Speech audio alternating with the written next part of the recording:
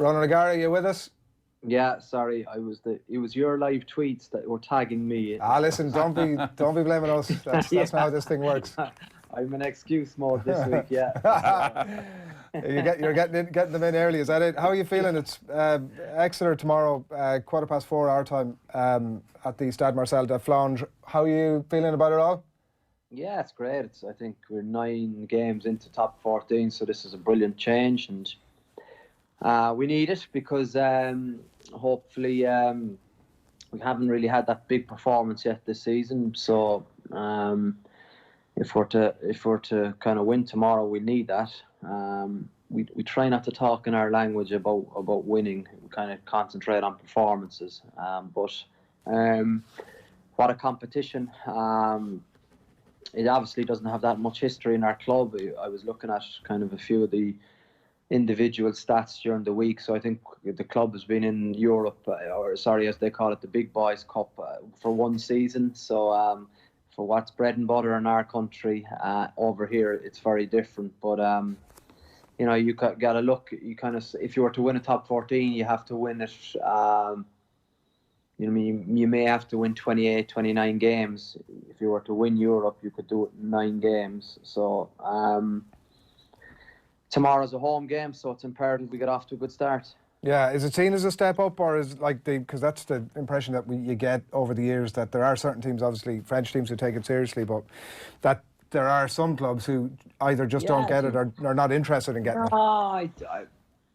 I think the reality is, within 2 games you'll know whether you're alive or not, and then the reality of the top 14 is, you know, most definitely our policy is that we're going to go hard at this competition, because this competition warrants massive respect. It's the competition that you know, from a personal point of view, I'm trying to get that message that for me it's the best competition in the world, and but playing for your club European level, it's like European Cup in football. It's the exact same. So it has a big importance for our club. Yes, we don't have much history in it, but that doesn't matter. Tomorrow we aim to start well. Exeter have been so impressive over the last number of years from a cultural philosophy point of view, entire club point of view, really. That came a bit of a cropper last week. Do you spend much time picking over that stuff, or does it have any relevance for you? No, it does. You're right. Of course it does. They're 17-0 up at home, and for them to, I suppose, lose the game 2017. I was following the game a little bit, but then I switched off once I saw 17-0 because I presumed it was going to go, 35-3.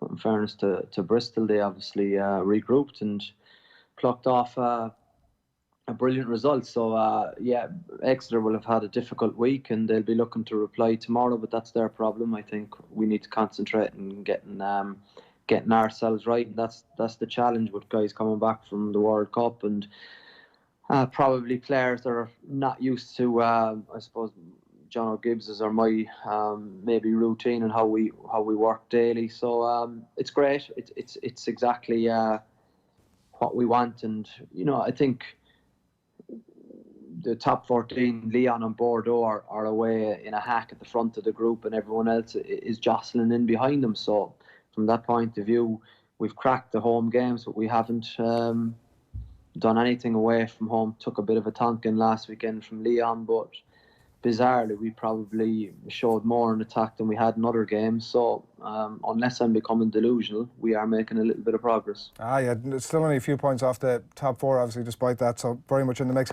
You mentioned the away thing there, and it was a point that you picked up in your Examiner piece this morning. I don't fully understand that. Can you explain that to us and to the viewers, that dynamic of the home versus the away games, and why it's I can't either. I can't, and I've done 5 or 6 seasons in France. I cannot explain it. It drives me mad. But it's I don't know, you're kind of raging against history, or raging against the mentality of certain players that have been formed, as you say. So we have a second row tomorrow. He's played 90 times for La Rochelle, but he's played 3 times in Champions Cup. So the Champions Cup will be new to him, but he's shaped and he's formed on his top 14 mentality, and that would be that you win your home games. But I'm trying to get it to the stage with why not win away from home? Or let's just try and talk about performance and what we need to kind of, I suppose, have of our pillars of performance that we have a chance when we go away from home. But we could have had Montpellier buried before half time, but we kind of had 2 tries ruled out and we left 1 gilt chance. So a 17 or a 23 point deficit becomes 12-10, and that's not taking your chances and that's not being ruthless. So they came back at us in the second half and they deserved to win. But it's just very, very difficult to explain, is what I'm trying to tell you. Everyone's but not doing a good job. Everyone, Ronan's obviously wondering about Saracens and how seriously they're going to take this. Is the focus going to be on the Premiership? And if they aren't taking it overly seriously and putting out full-strength sides in Europe, maybe Exeter are the best of the rest when it comes to the English sides. And obviously they've progressed over the last couple of years. They put themselves in good positions. And I think of games against Leinster where even beforehand everyone's talking about maybe that lack of European pedigree and it taking years to learn and to earn that European pedigree. Now that you're in that coaching role, is European rugby different to domestic rugby? Do you need different tactics, different style, different sort of experiences to be able to progress during this competition? You do most definitely. It's a very, very, very interesting point. Yeah, statistically, or the evidence points that the ball and play time in the Europe is far greater, especially in the Champions Cup compared to top 14. So we're averaging perhaps ball and play around, in averaging top 14 around 32 minutes. The average in Champions Cup is 39 minutes, and we've hit 45 in games last season. So you can see there's a big difference in terms of the tempo of the game. But also, going back to your previous question, the template for winning away from home in top 14, a lot of teams have been successful from playing absolutely zero rugby. So, but in Europe, you just won't be able to do that. It'll be refereed differently. And also, like teams from Scotland, Ireland, Wales, England are better organised and they play probably a more positive brand of rugby. So they'll test you in different domains. A lot of the French game can be scrum, line out and kick. So that wouldn't cut it at Champions Cup level. Have you much left to do at this stage, or is it work done and just on the run-in? No, it's on the itinerary. It's captain's run, but there's a little bit more than that involved today. So it's for this afternoon, which it's exciting. I think we need a little bit of a change from the top 14. As you say, we don't have much history. And Nathan's point is valid that maybe when it comes to it, that we lack that experience. But that can work both ways. Why not have a go at it, and why not bring something different? We still have a few big players in our team, and I think they will be stimulated by this opportunity. So we are kind of closing the I suppose the runways to letting excuses live or thrive in our environment. So it's an ongoing process, but it's an enjoyable process. But we're just seeking that performance now. You're in there with Glasgow and Sale. What's the goal from the European Cup? Well, the goal is to win tomorrow. Overall? Overall, well, I think in 24 hours we'll have a far clearer picture. If we don't beat Exeter at home, we're up against it big time, and then we go to Sale the following Sunday. But for us, we've kind of taken these 2 blocks. And then we'll know we're alive in Europe. Otherwise, the focus, unfortunately, will revert back to top 14. But for me, that would be so frustrating, because this competition is the competition that I love being involved in. Looking at it from the Irish point of view, we had the interprovincial derbies last week, and there were some really strong individual performances, and obviously from Leinster, a hugely impressive performance down in Galway against Connacht. And it does feel the players coming back and are in very good condition, and not surprisingly, they were probably trying to peak all year for 2 weeks ago and potentially a World Cup final. When you're looking at players, and I know it's different what you've coming back in France, but when you look at Leinster, Munster, Connacht, Ulster this weekend, and those returning players, should they be at the peak of their powers right now? Is this the moment where physically, mentally maybe it's different, but physically they should be right at it this weekend because of what they've gone through at the World Cup. Yeah, you're right. Yeah, that's the timing involved, and obviously for whatever reason, it was similar for myself in 07. I felt it big time. It wasn't there when you needed it at Rugby World Cup time, but it was great for that season. Felt very good. It's obviously a mental challenge now, but I think the Irish mentality, our psyche, is very good at responding. But I think we need to get away from that and obviously try and thrive in the role of favourites, which Leinster do extremely well, which teams in New Zealand do very well. But some teams or some organisations are very happy to play the underdog role and come back strong. But I think just the messages from the World Cup obviously are fresh in people's head, and the timing in terms of peaking didn't work. But also, I think you wouldn't underestimate it. It's a complete different level, Nathan. I think the Champions Cup is a great competition, but World Cup test level, it's a different kettle of fish altogether, test rugby. I definitely don't want to get into a deep conversation about more of the Ireland sort of analysis. I'm not sure that I can stomach much more of it for the time being anyway, but I did listen with interest to Johnny Sexton's comments at the Heineken Cup launch. It might have been a week or 10 days ago now, about how deeply Japan cut, and he had said with where our own Neil Tracy was over with him that it was something along the lines of, and I'm summarising here, the scar won't heal. Like, is there a danger from your experience of coming back off the back of a disappointing World Cup like that and trying to fix it all in one game, or trying to fix it all in a couple of games? No, I don't think so. And I think Johnny's, as we know, is an insane competitor, and it will cut him, and that's what it means to him, because he won't be. That's his World Cup cycle over. So that cut will remain very deep, as it did for all previous Irish players that have failed to deliver at Rugby World Cup stages. He can't really change that now, but what he can do is he can have a belter of a season with Leinster, and he can have a belter of a season with Ireland, and then probably reassess. But there's no point saying that you move on and I'm parking that and it's over, because it's got to mean more than that. And I think they are pretty accurate words from Johnny.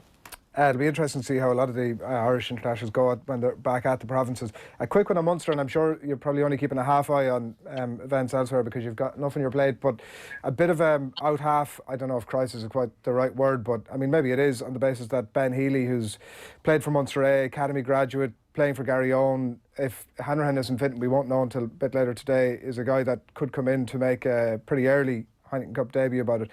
Van Graan was talking about some of the other solutions being Rory Scannell, or maybe Conor Murray even playing it out half. Yeah, from I kind of know the two of them because I've trained with the two of them, so I probably have a good position to come. Yeah, Rory Scannell I think would be a good 10. Keep Conor Murray away from it. Keep him well away from it. Did he play a little bit there back in schools, or at some point that he had... Oh, sure, he did. He's a goal kicker as well. Don't mind Conor. He's grand. Get him in there playing 9. He's the best in the world at 9 when he wants to be. So keep him in there. I would think it's Rory Scannell could easily, but you're also, if you have strong support around Ben Healy, it could be the day to launch him. In terms of European Cup away games, it's Ospreys, but they're so used to them. I don't think Munster are spooked by going there. But sometimes you just got to launch these guys and throw them in. But it's dangerous throwing them in with very other inexperienced players. But he's going to have CJ, Peter O'Mahony, Chris Farrell's kind of going to be the nucleus around them. And Conor Murray obviously inside him. So for me, that's a great support network for a young 10 that's trying to make us. You'll never really know, but it's a great option, and it's the ballsy option. But if he's a 10 and a real 10, you might get a little bit more out of him than a 12 going into 10. Do you know anything about him? No, unfortunately, no. I'm too old to have to have trained with him. So I've been following progress, and he's doing well in the AL. But 20, he just needs minutes. He needs game time. But the dilemma is, how does he get it when coaches are seeking results? Are you saying in general just keep scrum halves away from being out halves, or is that specific to Conor Murray? I'm just particularly just for Conor Murray. I just think Why? he's just too fond of. I think he wanted to be a number 10, and it's too late at 30 to try. Tell him. O'Gara slams Murray. You know that's going to be the headline here. He was goal kicking in the World Cup as well, wasn't he? Shaking up and chest out, and he's very, very fond of himself. I like it. Out halves have to be fond of themselves. Is that what you're saying? Big time. That's par for the course, but not present company accepted.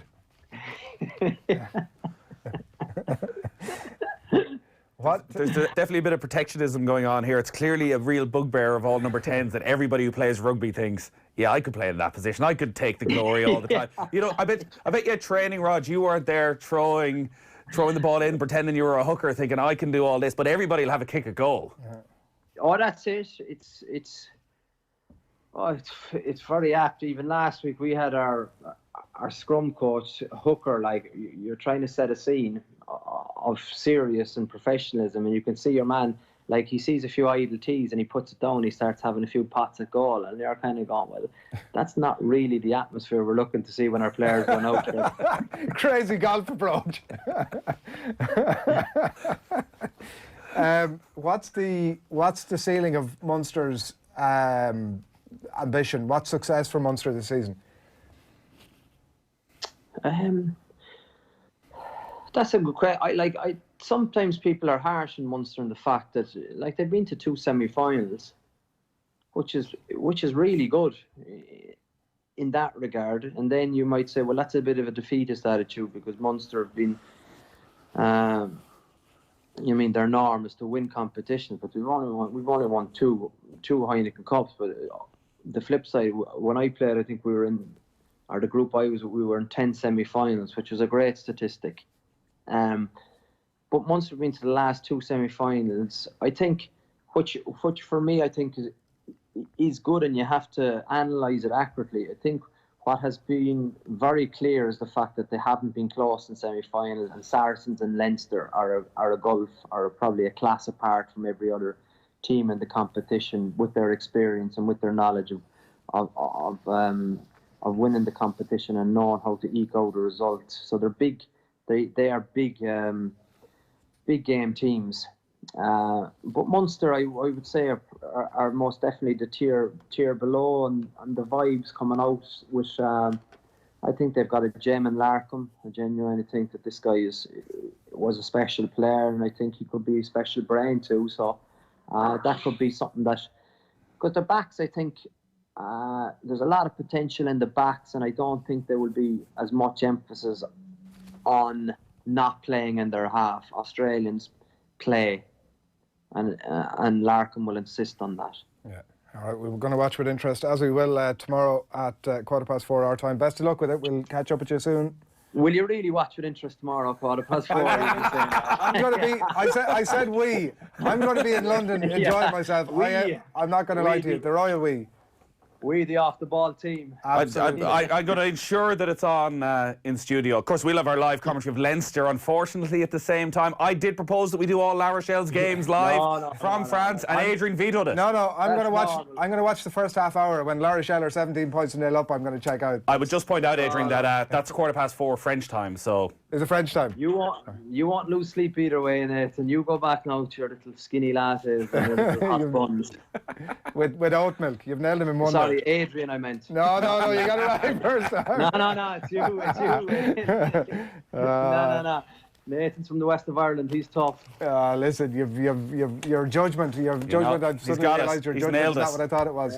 Yeah. Enjoy tomorrow. Ballina and Ballasadir. Ballina, you're not a Ballina. But they're all, any of the that's where my mum is from. My mum is from Ballina. I didn't realise you had Mayo roots. My dad is from Ballasadir. See? All right. He's proper west of Ireland man. Yeah. See. We've Alan Quinlan outside the door making a lot of gestures, telling us to wrap this up. He's the quasi-producer. He slept it out. Typical Quinny excuses. If enjoy is the right word for tomorrow, enjoy it. We'll chat to you soon. Yeah, I will enjoy it. Thank you. Cheers, guys. Live on the line from La Rochelle ahead of that game tomorrow.